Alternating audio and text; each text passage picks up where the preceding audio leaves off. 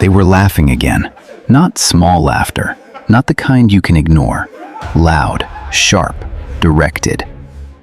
"Pastor's son!" someone shouted across the university corridor. "Guy, come and preach for us now!" More voices joined in. "Or tell us what you watch at night!" The laughter exploded. Chinedu kept walking, his backpack hanging loosely on his shoulder, his steps uneven. His chest tightened with every sound, his ears burned. His eyes refused to look up.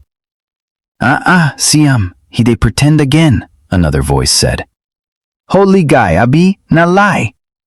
Chinedu stopped, just for a second. His vision blurred. The corridor spun slightly. His heart pounded like it wanted to break out of his chest. Someone stepped closer. "Why you quiet now? Talk na?" He tried to speak. Nothing came out. His breath shortened. Then suddenly, he collapsed, books scattered.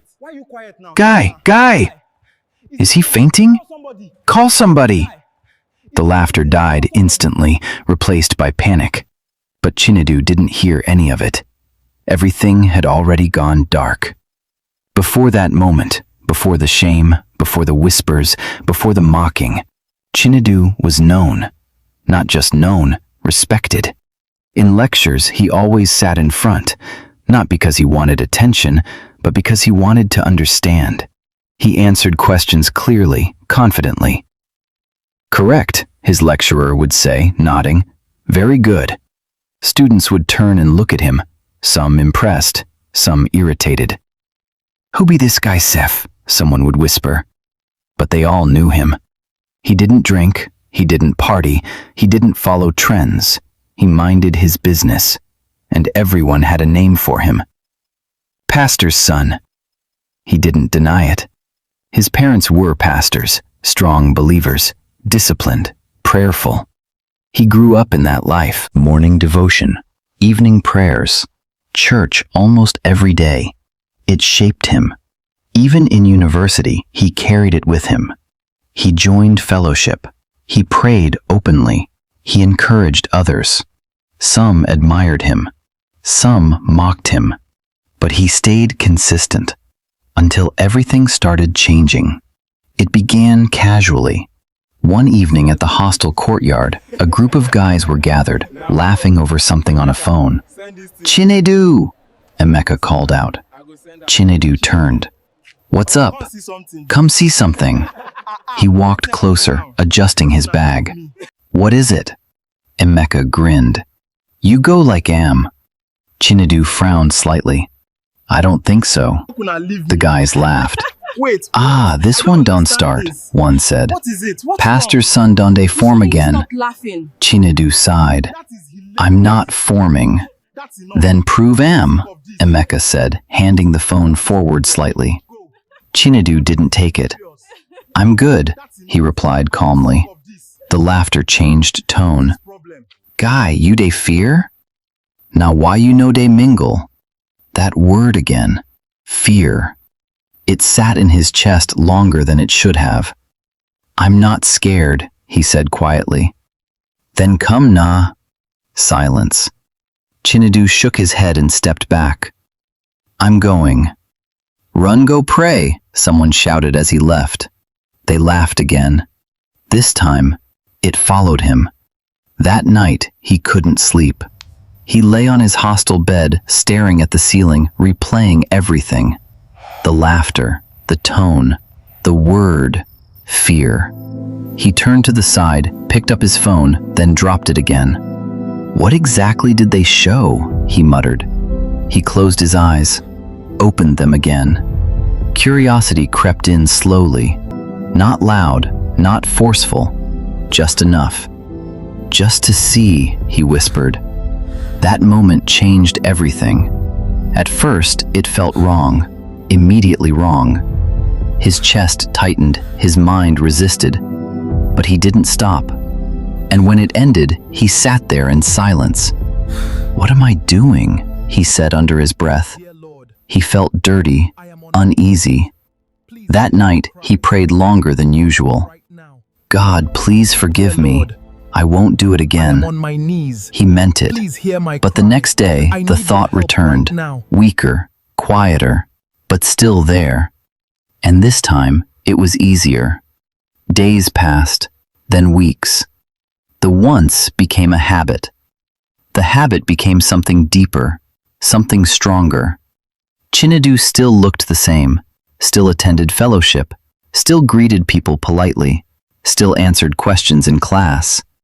But inside, he was fighting. Every night became a battle.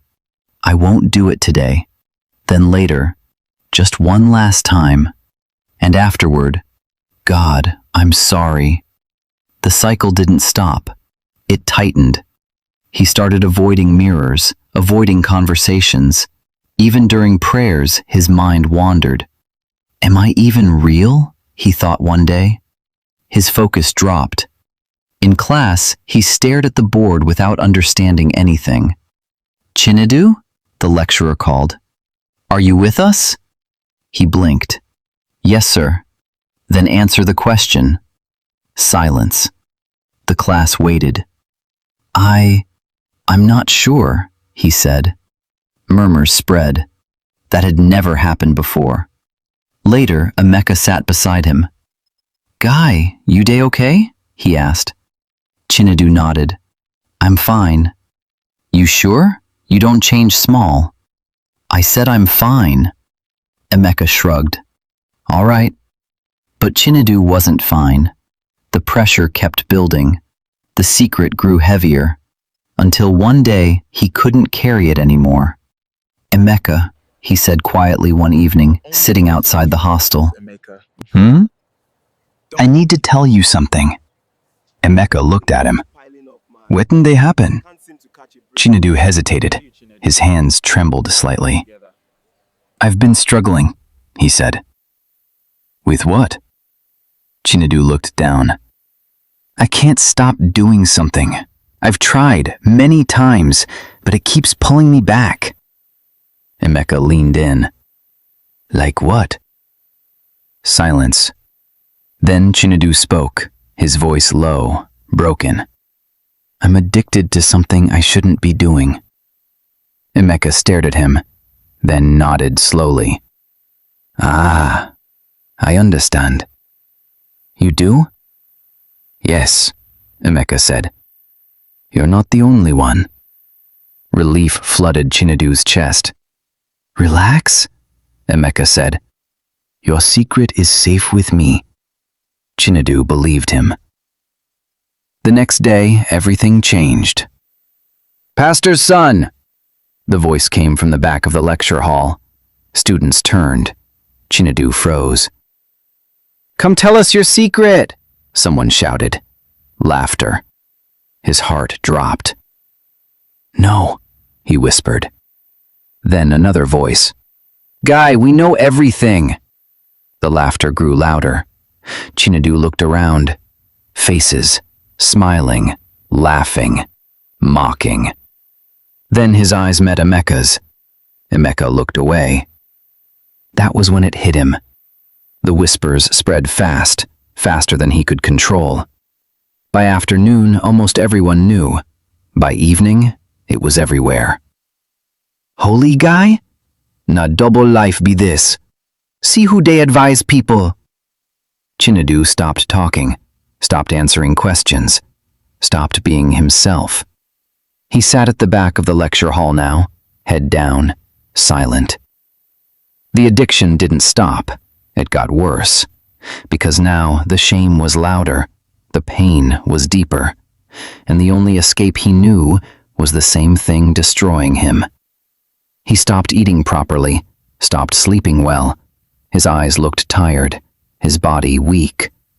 Days blurred together, voices echoed in his head. You're fake. You're a hypocrite. You're nothing. He believed them, until his body gave up. The collapse came suddenly.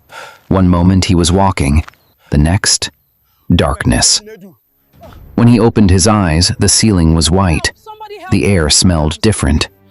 Quiet. Too quiet. Chinedu, Have faith. He turned his head. His mother, tears in her eyes. His father beside her, silent. "What is happening to you?" she asked softly. He looked away. Tears filled his eyes. "I've been struggling," he said. "With what?" I'm so sorry, Mom. He swallowed hard. I didn't mean for Then everything came out. I don't know what to Everything. Silence filled the room. He waited, for anger, for disappointment. But his father spoke gently. "We are not angry." Chinedu looked up. "We are concerned," his father continued. "And we will help you." darkness inside me. His mother held his hand. I don't know how "You are not alone." Something broke inside him, darkness inside but this me, time, and I can't it wasn't pain. I don't know how to make it Recovery wasn't instant. It was slow, hard, frustrating. There were counseling sessions.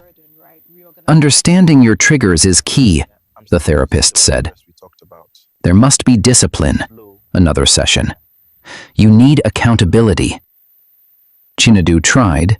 He failed. He tried again. "Dad, I messed up again," he said one night. His father nodded calmly. "Then we continue." No shouting, no condemnation, just support.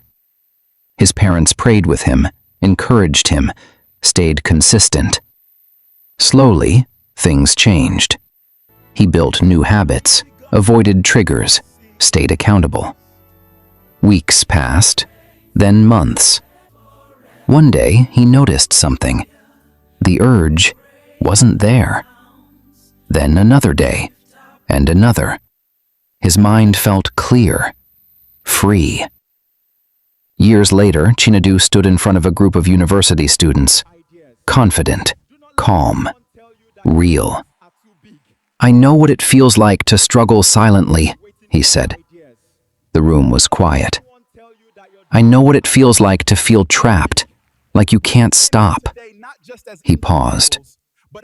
"But I also know what it feels like to be free." After the talk, a young guy approached him. "Bro, I think I'm dealing with the same thing." Chinedu smiled. "You're not alone," he said. "Let's talk."